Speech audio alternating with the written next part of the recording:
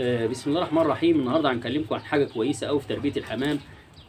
يعني دواء من الادويه لازم يكون موجود عندك. لو انت حتى بتربي حمام بلدي، بتربي حمام انواع، بتربي اي نوع من الحمام، لازم يكون عندك الدواء ده. الدواء ده يا جماعه هو الفلاجين. بص معايا كده، الدواء ده هو الفلاجين.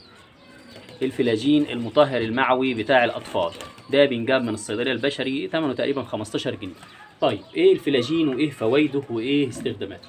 الفلاجين يا جماعه مطهر عام بالنسبه للحمام. حاول تستخدم الفلاجين لو مره واحده في الاسبوع، بحيث ان انت ان شاء الله بيعمل عندك عمليه وقايه من الامراض. الحمام بطبعه ممكن يقعد ينقر في حاجه، ياكل حاجه غلط، انت ممكن تكون جايب له كلفه مش متظبطه، ممكن الميه تكون سهيت عنها شويه. فللاسف ايه، في زماننا ده كان الحمام زمان بيروح ويجري ويطير وياكل من اي حته وكانت صحته حلوه. الايام ديت الايه، المناعه زي الزفت مضروبه، مش في الحمام بس، حتى في البني ادمين.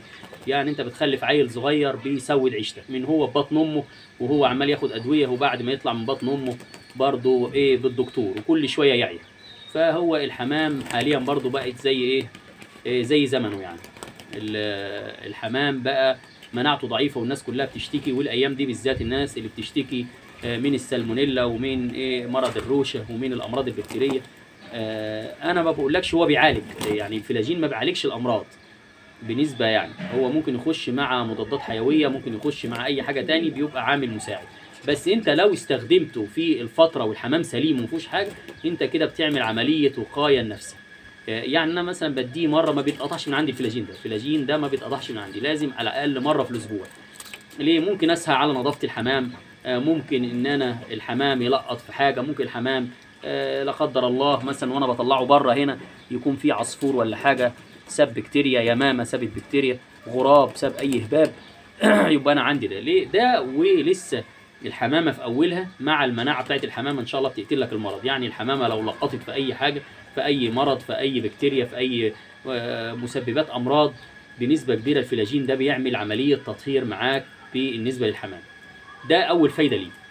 تاني فايده، بديه للحمام اللي هو رائد على بيض، والبيض بتاعه فاضل فيه 4 ايام او 5 ايام على ما يطلع. دي بقى صحصح معايا في النقطه دي، النقطه دي مهمه قوي. في ناس بتشتكي من موت الزغاليل في العمر الصغير. ممكن يا جماعه الحمامه تكون كويسه وصحتها كويسه ومش باين عليها المرض، ولكنها بتحمل المرض. فللاسف لما بتيجي تدي اللبا اللي هو الاكل البدائي للزغاليل في الاول، بيبقى محمل بالماده البكتيريه او المسببات الامراض دي، فالزغلول بيموت معاك، خصوصا في العمر الاولاني اللي هو ايه، اول الزغلول بيبقى عنده 5 ايام او اسبوع.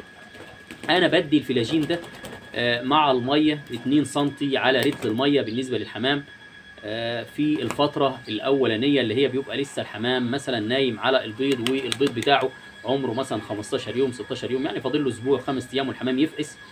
بديله ليه بقى؟ بحاول ان انا اللبن اللي بيبقى جوه معده الحمام او جوه حصله الحمام، اللبن اللي بيتكون يكون معقم. ليه؟ الفلاجين هيعقم لك الموضوع ده. يقوم لما يدي للزغاليل الاكل بتاعه، اضمن ان الزغاليل واخده لبا ما فيهوش مسببات امراض معقمه، يعني زي انت ما بتديه اكل متعقم جاهز ما فيهوش اي مشكله. الموضوع الفلاجين ده حلو قوي في الموضوع ده.